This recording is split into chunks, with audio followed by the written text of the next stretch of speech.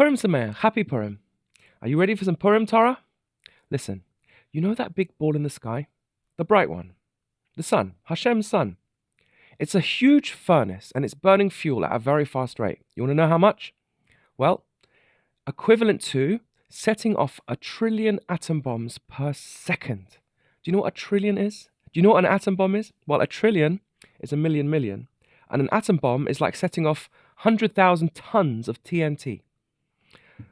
Now, you know how when you put your hand out to your Lag BaOmer fire and you feel it so hot on your skin that you can't get close to it, like 10 meters? Well, the sun is 100 million miles away. And it feels the same. You know when your hand's in the car and the sun's coming in through the glass and it hurts? Same thing.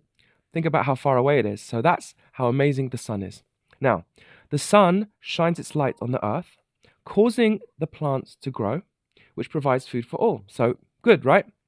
However, the sun is also spraying particles at us, like a deadly rain, called the solar wind.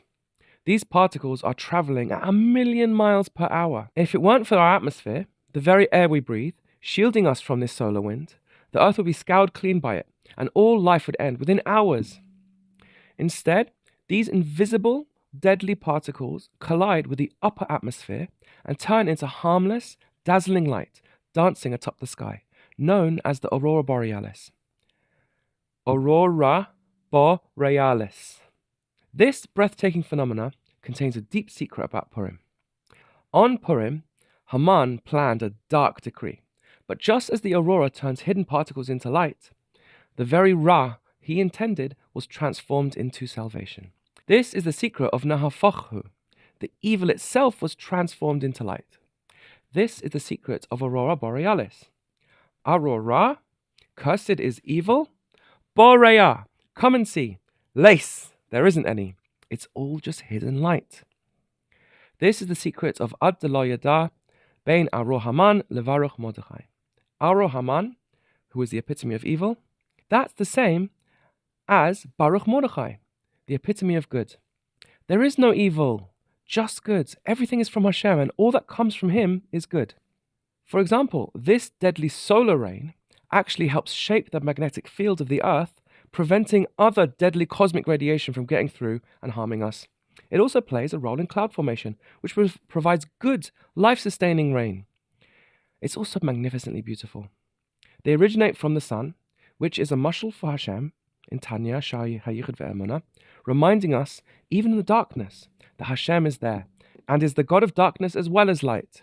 Indeed, the Zohar teaches that from the darkness comes the light, and the aurora are only visible at night. Purim's events surround the darkest of exile, which is transformed into the brightest of joys. This is also why we don't have halacha to drink at night. At night, we can see the aurora, so we don't need alcohol to forget the difference between good and evil.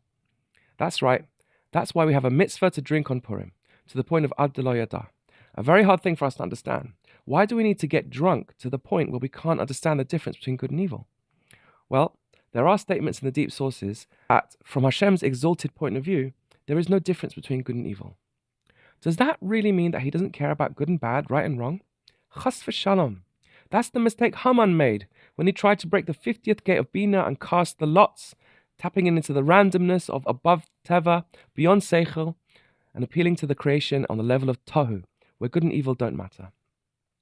He was completely wrong. What it means is that everything is just good to Him. Even evil is just hidden good. We are the ones who struggle with that.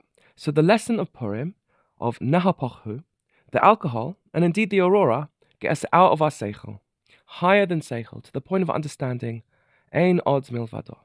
There is nothing but Him, and He is good. One last illustration.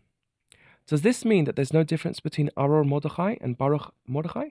Should we be so drunk we say Aurora Mordechai and Baruch Haman? Yes. But why is this? Surely this is taking it too far. Saying Aurora Mordechai, Chas v'shalom? This is why we're given a nice trick to make sure we don't mix this up. The gematria of Aurora Haman is the same as Baruch Mordechai, but the gematria of Aurora Mordechai is not the same as Baruch Haman. So even when we're drunk, we can't forget. But come on, who can do a gematria when they're drunk? The truth is this. Why did Hashem create the world? Bishvil Yisrael. For Israel, for His beloved people. Before there was a world, before Hashem made Seichel itself, Hashem wanted Israel. The secret of Purim, which we can't understand with our Seichel, is that even if it had been true, in a very abstract hypothetical, that Mordechai was Aro, Hashem would have still chosen Mordechai and not Haman. This is Hashem's oneness. When Moshe was in his last moments, he cried out to Hashem, pleading for his life, saying, I want to go up to the heavens, break open all the gates of the heavens and the depths of the earth, so that all will see that there is none besides you. Hashem responds, you say there was no one besides me. I say there was no one like you. Hashem's tefillin says, Mi ka'amcha Yisrael, goy echad ba'aretz. Silly us that we need to get drunk to realize this. This is perhaps why the Ramah makes the shocking statement in Machir Yayin that if we are going to drink, we should drink to the point of getting drunk as Lot, so that if we do anything wrong, we can't be punished. He doesn't want to punish us, ever. And Purim is definitely not a day of good and evil. It is beyond that, beyond the 50th gate of Bina, where there is nothing but you, Hashem. As the Alter Rebbe sang, I want nothing at all. I don't want your Gan Eden. I don't want your Olam Haba. I want nothing. I want only you alone, Hashem. Silly us that we need to get drunk to feel this way, indeed. The Ramah concludes that once we are older, we should understand this, and therefore we shouldn't get drunk on Purim.